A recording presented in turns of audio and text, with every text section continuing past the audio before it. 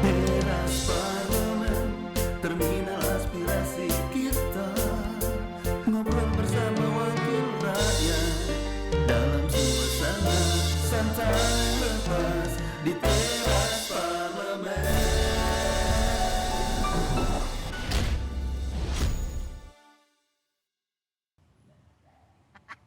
Neng Ida, Astagfirullahaladzim. manis amat kayak gemblong puncak. Tuh, mereka. Astagfirullah. Pak RT, bikin kaget saya aja. Hah, seorang pejuang, keturunan pejuang harus semangat. Ini hari kemenangan kita, Oh. 17 Agustus. Iya, Tahu? Iya, baru tahu. Hah, kakek saya itu pejuang. Dulu kakek saya sendiri datang Belanda 4. Iya. Nget. Langsung dihajar, kakek saya kan punya ilmu bela diri.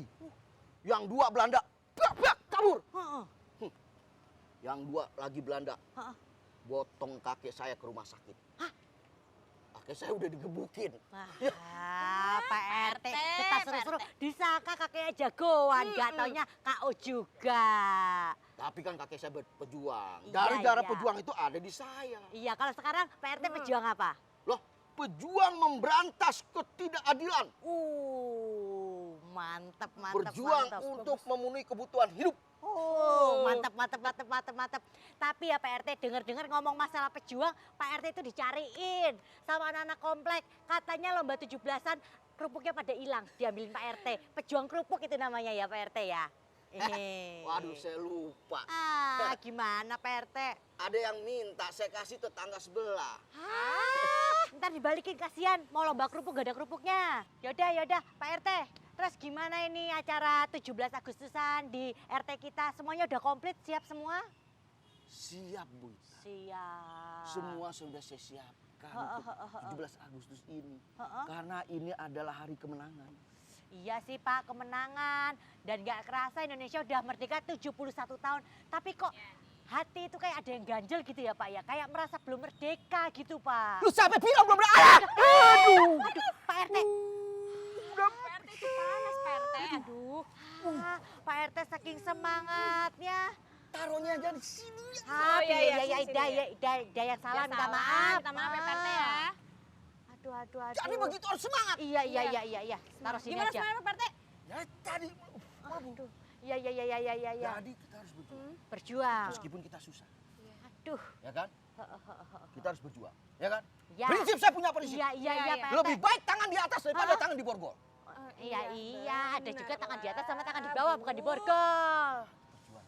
Ya. Ya. Ini mau diminum apa mau diaduk-aduk aja? Ya, minum dulu. Di teras Parlemen, di teras Parlemen.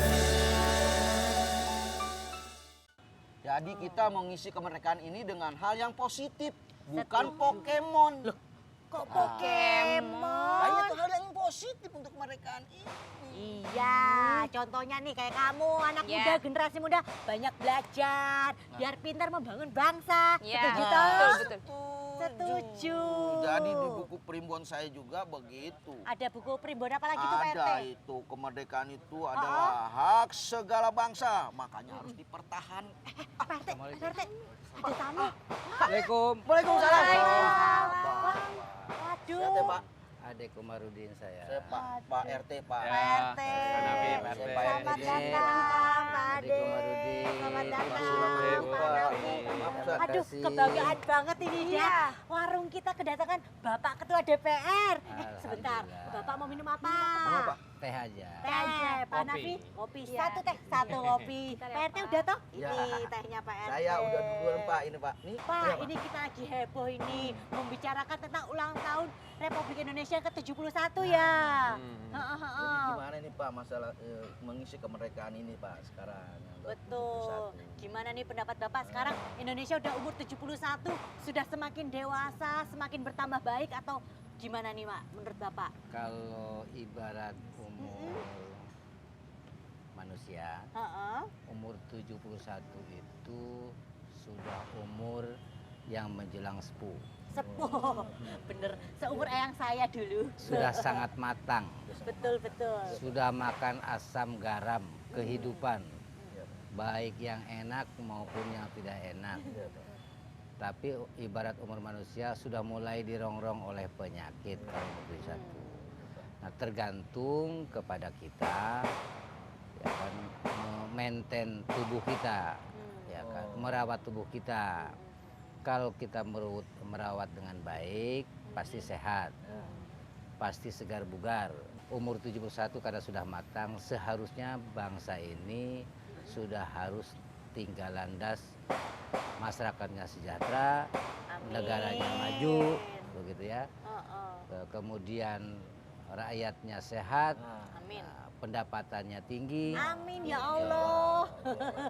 Tapi Pak, kan sekarang Indonesia umur 271. Harusnya kan anak mudanya itu tambah ke-Indonesiaan ya Pak ya. Tapi kok yang saya lihat tuh anak-anak muda zaman sekarang itu malah lebih ke barat-baratan. Gimana nih Pak? Biar anak-anak muda zaman sekarang nih, kayak anak saya nih, sukanya ngomong bahasa Inggris, lebih cinta Indonesia. Gimana ya Pak tips-tipsnya nih Pak? Begini, Biar tambah sekarang nasionalisme. ini era globalisasi.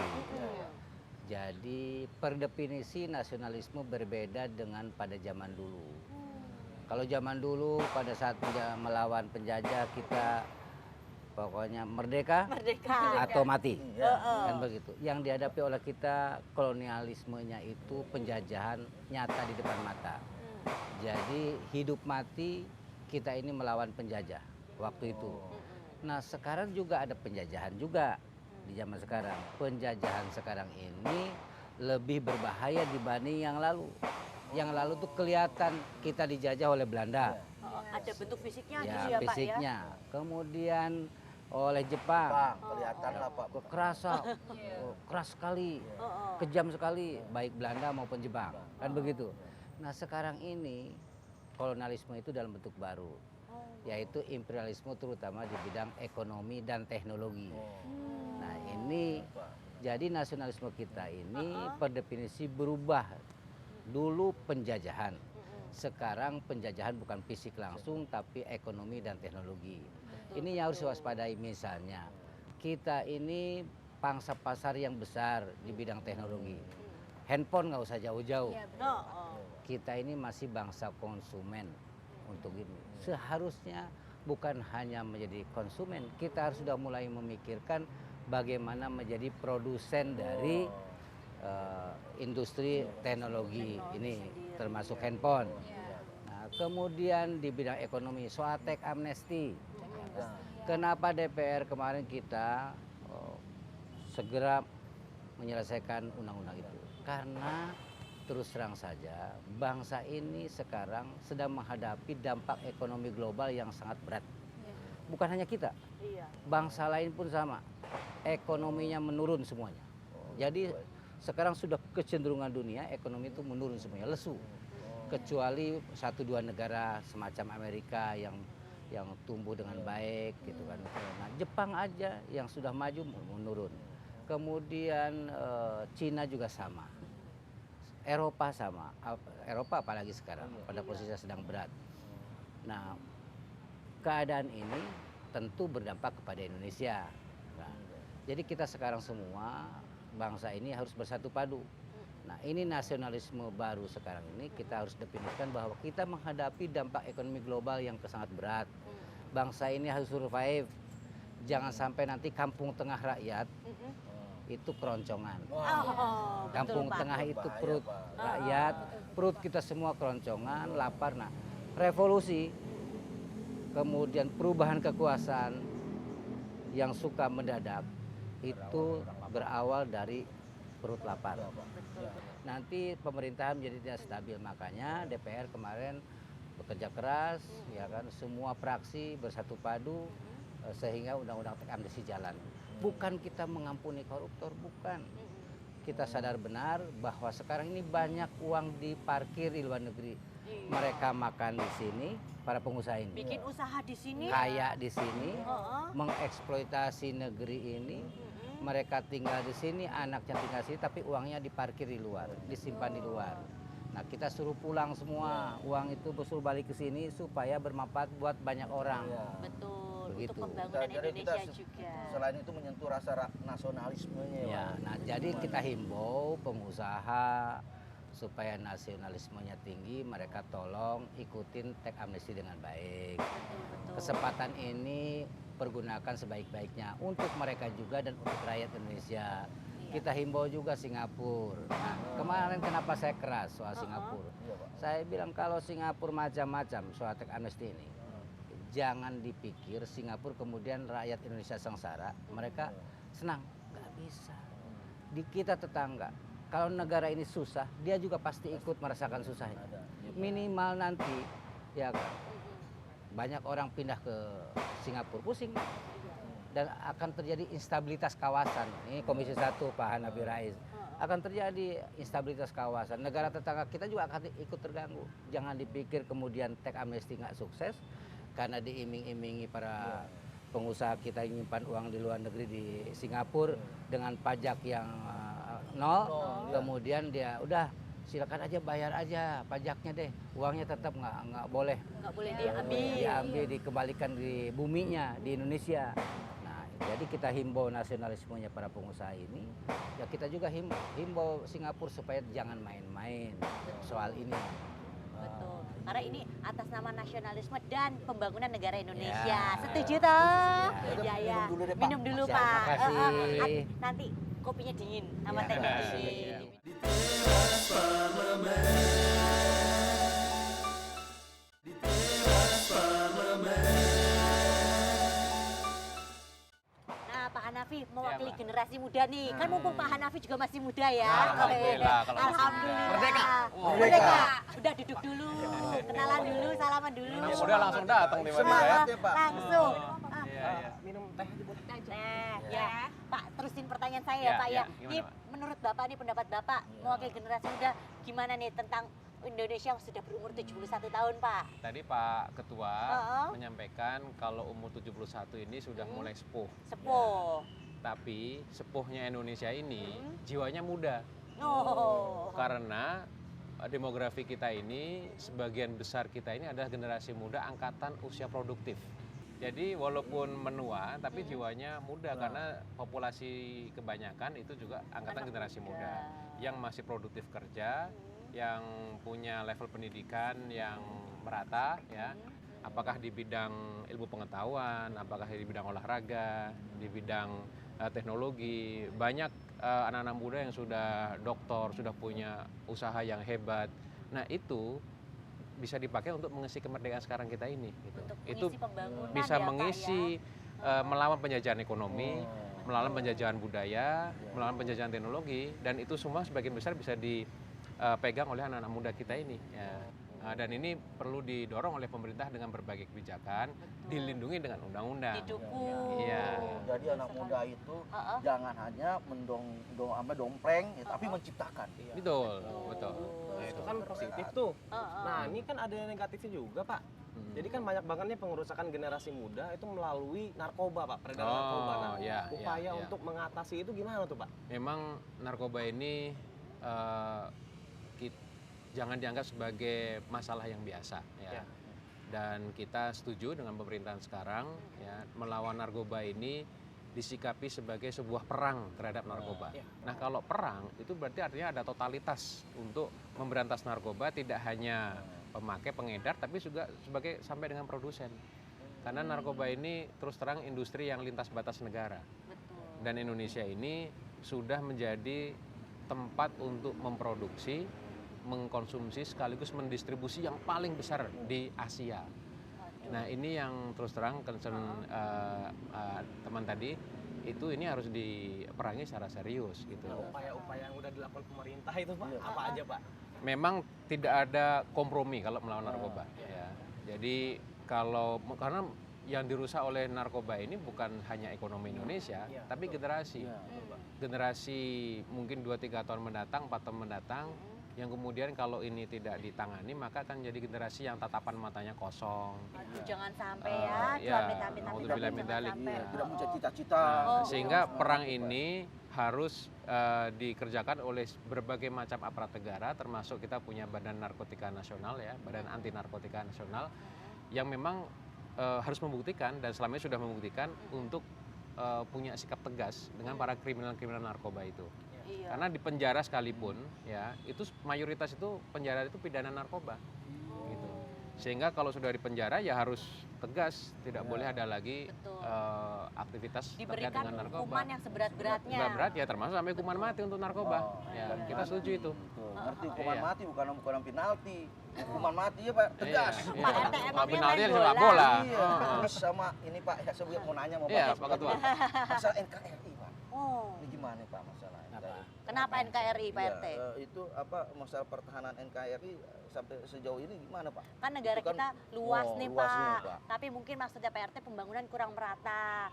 Terpusat di kota-kota Ya, besar. terus- Bagaimana dengan daerah-daerah yang terpencil nih Pak? Yang tadi saya katakan bahwa kita misalnya soal teks amnesti. Kenapa kita genjot teks amnesti cepat selesai? Pak Tito misalnya kita urus dengan segera disetujui, kemudian dilantik kemudian oleh presiden. Itu semua dalam rangka tadi. Untuk Pak Tito kita nggak mau politik kita gaduh oleh karena pemilihan Kapolri. Biar rakyat bekerja dengan tenang, jadi pemilihan Kapolri lancar di politiknya. Kemudian teks amnesti kita lancarkan, APBNP kita lancarkan. Semuanya bukan berarti DPR ini menjadi stempel pemerintah, enggak. DPR sebagai lembaga legislatif fungsinya akan 3. Mengawasi jalannya pemerintahan dalam menjalankan undang-undang, kemudian membuat anggaran negara bersama pemerintah, bersama presiden dan para pembantunya. Nah, kemudian membuat aturan-aturan undang-undang, legislasi. Nah, dengan fungsinya itu DPR ingin agar semuanya lihat kondisi dunia kayak begini, dampak globalnya terhadap kita cukup berat ekonomi, ya kita harus sama-sama kompak, solid. Nah, termasuk soal kita harus menyadari sekarang pembangunan perbatasan kita, ya kan? Misalnya ketimpangan itu harus disadari bukan hanya ketimpangan orang kaya dan miskin, ya gini rasio kita yang terlalu besar, tapi juga antara pusat dan daerah, antara desa dan kota, antara barat dan timur, gitu. Nah itu misalnya perbatasan kita itu seharusnya dapat perhatian utama dari kita karena itu mukanya Indonesia. Jangan sampai orang merasa bangga sebagai orang Malaysia padahal dia orang Indonesia. Karena berbatasan dengan Malaysia, tempatnya Malaysia jauh lebih nyaman, jalannya bagus, listriknya bagus. Sementara tempat kita listrik tidak ada. Jalan Karena itu kita DPR sesuai dengan fungsinya kita arahkan pembangunan ke sana. Nah, kemudian Biar merata DPR ya. juga supaya terawasi nih pembangunan perbatasan itu kita mau buat juga tim pengawasan pembangunan perbatasan. Kita akan pelototi terutama perbatasan-perbatasan dengan pembangunannya, listriknya gimana. Ya kan? Ya listrik kita masih kurang.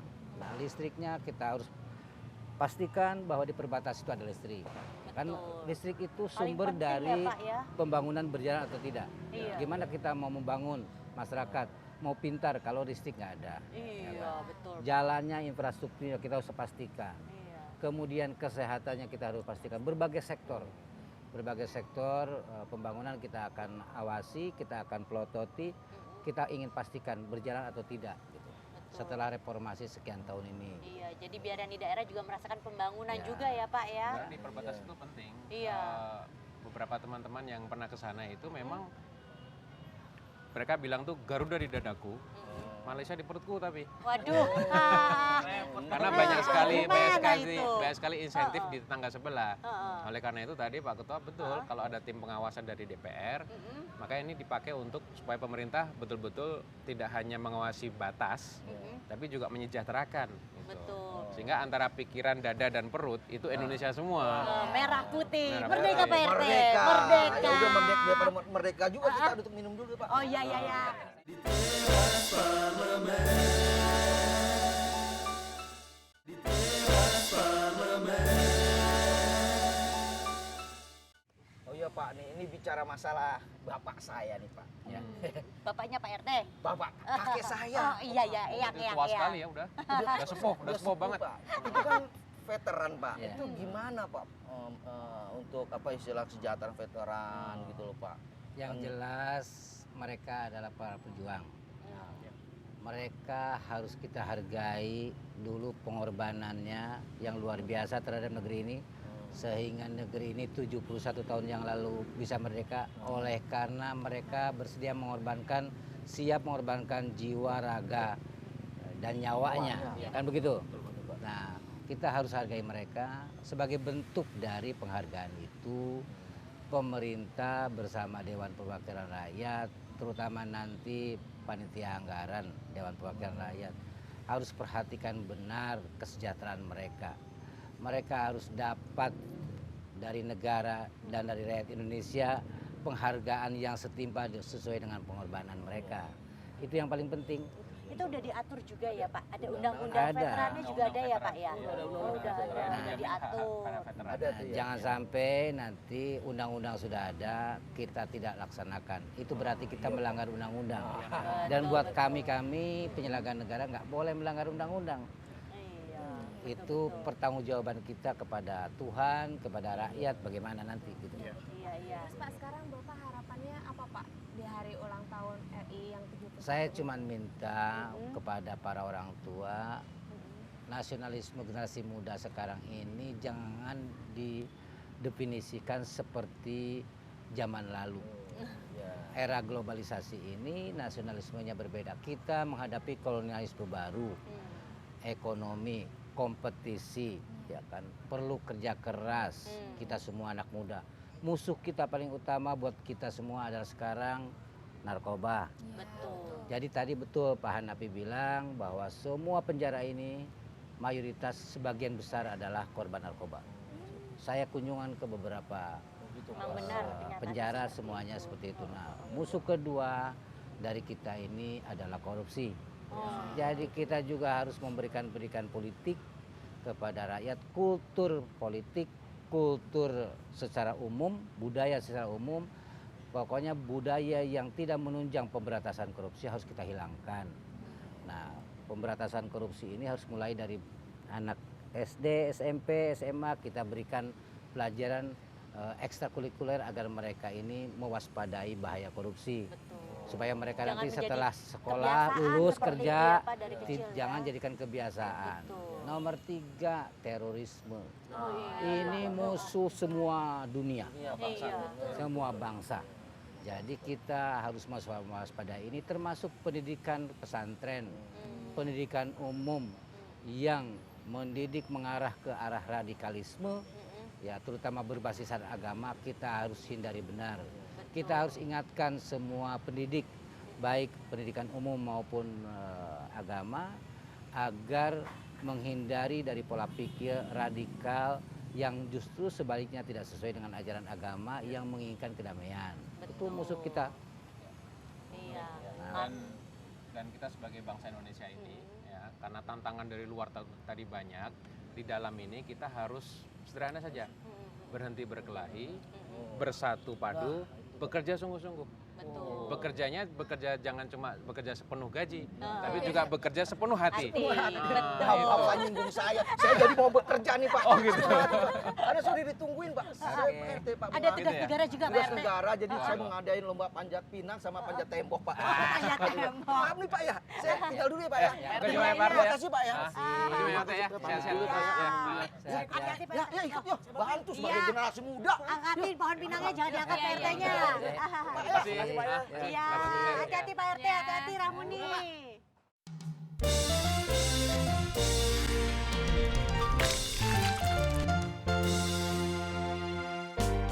Teras Parlemen, terminal aspirasi kita, ngobrol bersama wakil rakyat dalam suasana santai lepas di teras